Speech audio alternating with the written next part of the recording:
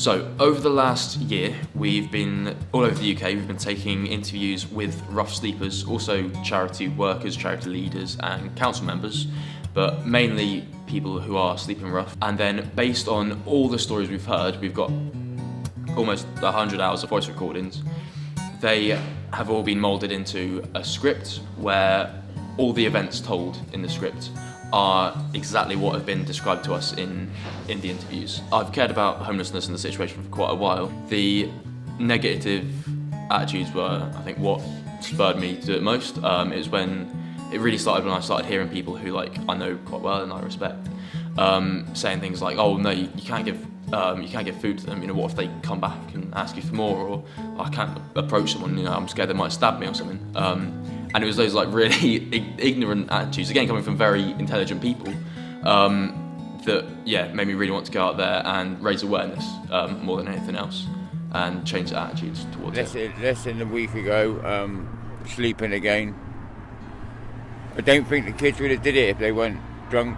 I think it's just alcohol and being egged on by each other. My hand got stamped on. My finger's still pretty split, you know what I mean? And every night it's the reality of, am I going to be messed with tonight? Everyone, literally every single person that I've spoken to, that I've approached, has been more than happy to have a chat about it. A lot of people don't like having their faces on camera for various reasons, which is why, which is part of the reason that I decided to make it a docudrama rather than a straight out documentary.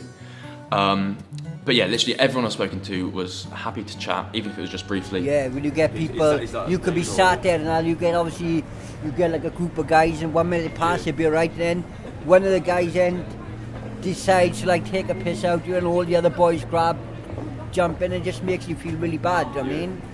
And obviously they know the situation you're in and that, and it just makes you feel really bad inside. So there's loads of things that people can do. On the one hand, obviously, giving someone some change, chances are they won't spend it on drugs, believe it or not.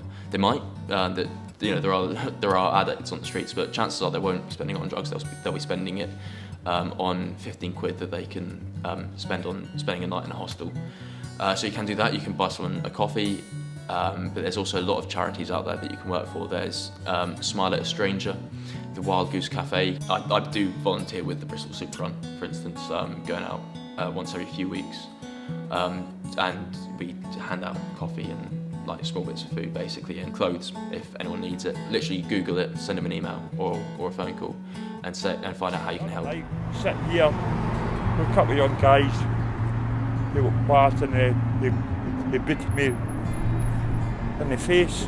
Yeah. Why do people do that? Because they're showing off. We are releasing a Kickstarter this month of November, and then we plan to shoot January through February with a view to release in the summer. We plan to have the film finished with an absolute deadline of June, and then we'll be touring it around hostels and charities that we've visited, and then also we want to take it to colleges and universities, and then we'll be planning on doing a short festival release before releasing it online to the public at the end of summer. If there's one thing you think people could do to change it, what do you think that would be? Is it if there's one thing, change your attitude, and obviously be willing to show a little bit of support or something, do you know what I mean? Yeah. And that perhaps I might then obviously give the homeless boys a initiative to obviously, there is help, there is support out there.